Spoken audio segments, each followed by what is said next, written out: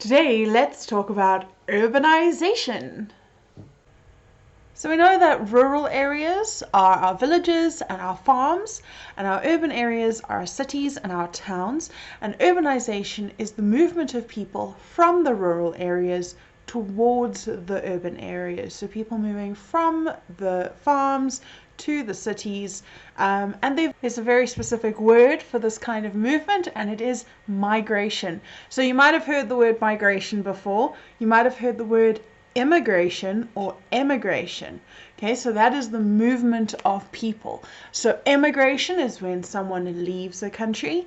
Immigration is when someone comes to a country. And you'll notice that migration is in both of those words. So migration is the movement of people from one place to another. So why do people move? We've got 4 different things that can cause people to move. The first one is economic reasons. So work could be involved in people wanting to move from the rural to the urban.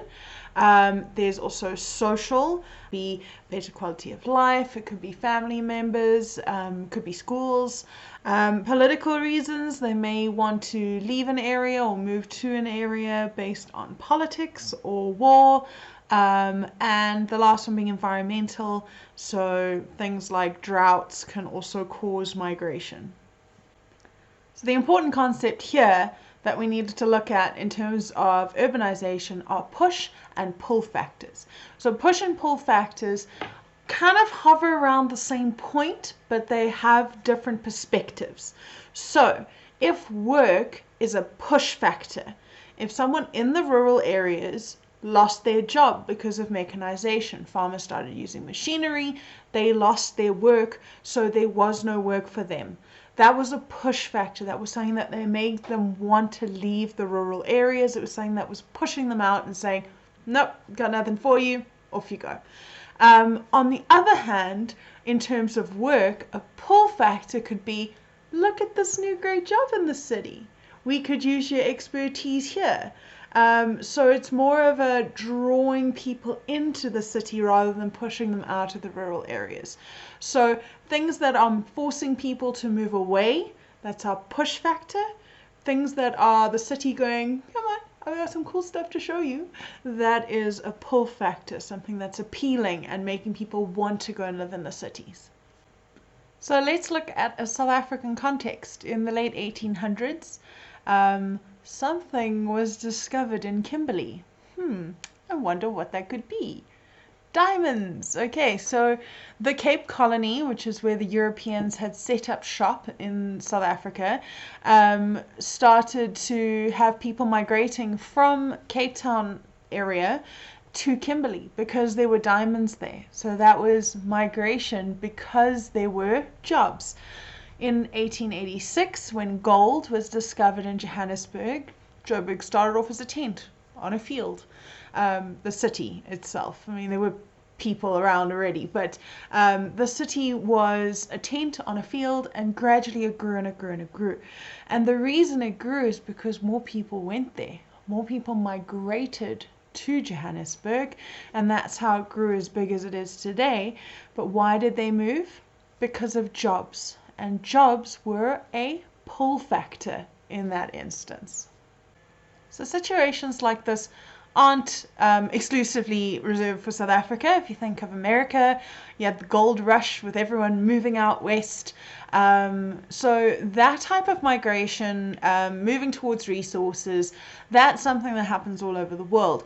Something that South Africa did very differently was apartheid. Now, the policy of apartheid, meaning separation or separateness, meant that different groups of people based on their skin color were forced to live in different areas, and started with the Land Act in 1913, where black people were forced to live in these small areas of land, and later developed into the homelands being created by the apartheid government.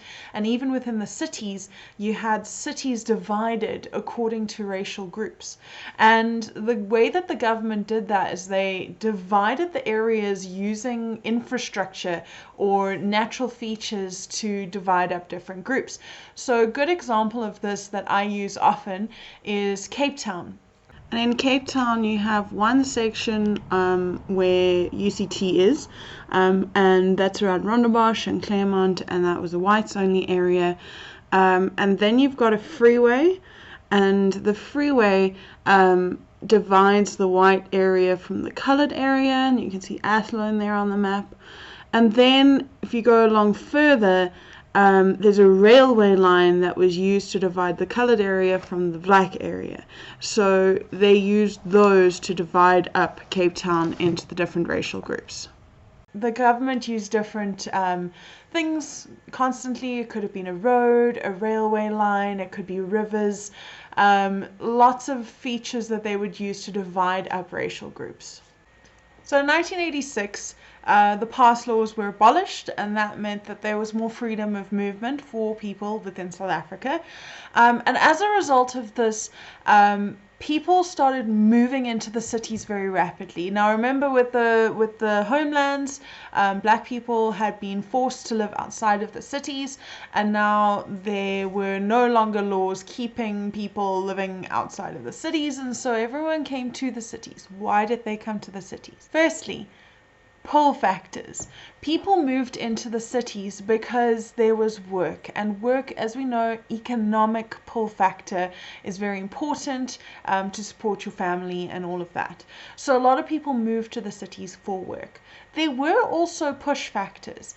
As a result of the homelands being created and black people being forced to live on very small amounts of land, the soil got degraded and desertification, and they weren't able to grow food properly. They weren't proper medical facilities. So there was a lot of negative kind of environment that they were leaving behind. So those things, lack of medical facilities, lack of ability to grow food, etc., those would have been push factors. Work, access to healthcare, closer to relatives perhaps, those would have been pull factors. Now, rapid urbanization comes with its own wheelhouse worth of problems. So that is a lot of people moving very quickly from the rural to the urban areas. So there are loads of things that don't happen fast enough for the number of people that moved in towards the cities at that time. For example, there weren't enough houses. There weren't enough roads and sanitation works. So if people set up their own house, they might not have access to electricity or plumbing, access to running water. There weren't enough schools. There weren't enough hospitals. So there were a lot of things that couldn't be built fast enough for the influx of people. So as a result of that, there were a lot of social issues, and there still are a lot of social issues, and that's something that as South Africa we're still trying to look at how to address that, because we do not have enough houses. Post 94, yes, there's been an attempt to build RDP houses, but is it happening fast enough? Probably not. We've got a lot of people still in need of housing. A lot of areas that are townships or informal settlements that have kind of developed, some of them still need access to running water or toilets or electricity lines, all those kinds of things that have created a massive amount of inequality within South African cities. So that's something that's really interesting that you don't see everywhere in the world, is this huge gap between the haves and the have-nots that often falls along those apartheid lines as a result of our history. Schools are also a huge indicator of how this rapid urbanization has affected people. So in areas that saw a massive influx of people during that urbanization of the late 1980s and early 1990s, it means that the schools that were existing in those areas suddenly had a lot more people living around the school. So classrooms became overcrowded, facilities didn't get improved, and I think that in terms of just looking at the social issues that have been created in South Africa as a result of apartheid and the subsequent urbanization, is that healthcare, education, housing, and all of these kinds of core foundations of our society have been impacted in a long-term sense. So, give it a think. Add a comment below. How do you think that these kinds of issues that have been created by rapid urbanization could be resolved or at least improved? Think specifically of healthcare, education, and housing. How can we fix that? What ideas do you have? So talk to your family, talk to your friends, write a comment below, like, share, subscribe, and I will see you for the next video.